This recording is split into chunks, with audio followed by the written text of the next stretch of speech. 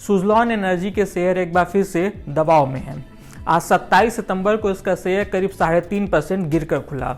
हुआ यह कि सुज़लॉन एनर्जी के बड़े शेयरधारकों में से एक दिलीप सांघवी ने कंपनी के साथ अपना शेयर होल्डिंग एग्रीमेंट कैंसिल कर दिया है। दिलीप सांघवी सन फार्मा के मालिक हैं और उन्होंने साल 2015 में सुज़लॉन एनर्जी में करीब 1800 करोड़ रुपए लगाकर इस कंपनी को एक तरह से डूबने से बचाया था। अब इन्हीं दिलीप सांघवी ने कंपनी के साथ अपना शेयर होल्डिंग एग्रीमेंट खत्म किया है, वह भी ऐसे समय में जब सुज़लॉन एनर्जी के शेयर रॉकेट की स्पीड से भाग रहे हैं। पिछले 6 महीने में इसका शेयर करीब 250% भागा है। इस साल 28 मार्च को सुज़लॉन एनर्जी का एक शेयर 7 रुपये में मिल रहा था, जो अब बढ़कर करीब 25 रुपये 60 पैसे पे पहुंच गया है। दिलीप सांघवी की खबर सुज़लॉन एनर्जी के लिए कितना बड़ा झटका है और ब्रोकरेज इस शेयर को आगे किस भाव पर खरीदने या बेचने की सलाह दे रहे हैं, आइए इसे जानते हैं। नमस्कार, मैं हूं विक्रांत और आप देख रहे हैं मनी कंट्रोल हिंदी।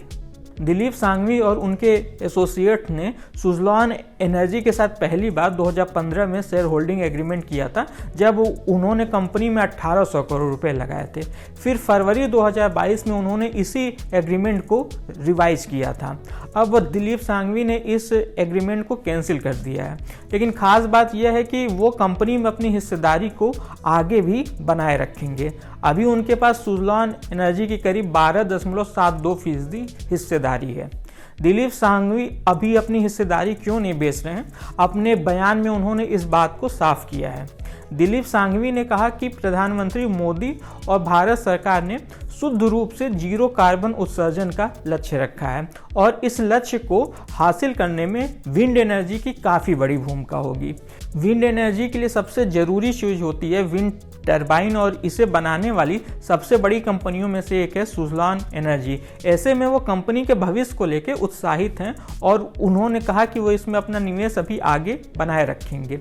सुज़लॉन ने भी इस बारे में एक बयान जारी किया और कहा कि दिलीप सांघवी और उनके एसोसिएट्स की ओर से उठाए गए कदम का कंपनी के कारोबार पर कोई असर नहीं पड़ेगा। लेकिन अब यहाँ सवाल यह आता है कि क्या इस पूरे मामले का कंपनी के स्टॉक पर भी कोई असर नहीं आएगा?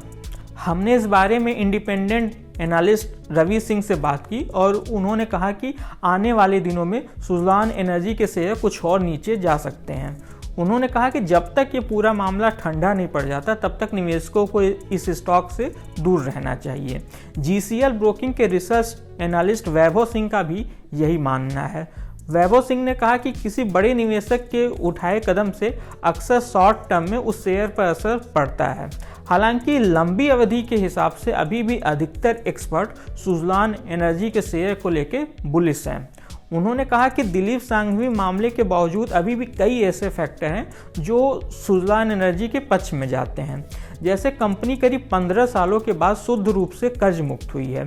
इसके अलावा दिग्गज निवेशक मुकुल अग्रवाल ने इसमें हाल ही में हिस्सेदारी खरीदी है।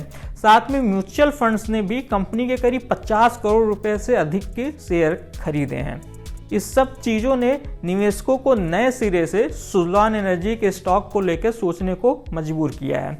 यहाँ तक कि कई ब्रोकरेज फर्मों ने इस स्टॉक को बाई रेटिंग के साथ कवर करना भी स्टार्ट कर दिया है। साथ ही रेटिंग एजेंसी क्रिसिल ने एक दिन पहले ही पॉजिटिव आउटलुक के साथ इस स्टॉक की रेटिंग भी बढ़ाई है।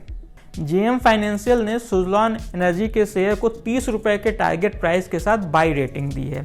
वहीं ब्रोकरेज फर्म पूर्वार्थ इन्वेस्टमेंट एडवाइजर ने इस शेयर को बिना कोई टारगेट प्राइस दिए बाई रेटिंग के साथ कवर करना स्टार्ट किया है। ब्रोकरेज ने कहा कि उसे उम्मीद है कि सुज़लॉन अगले 2-3 सालों में 3 गीगावाट तक की अतिरिक्त क्षमता जोड़ेगी। इससे उसका रेवेन्यू और प्रॉफिट ग्रोथ दोनों बेहतर होगा, जो आगे जाके इसके स्टॉक पर भी असर दिखाएगा।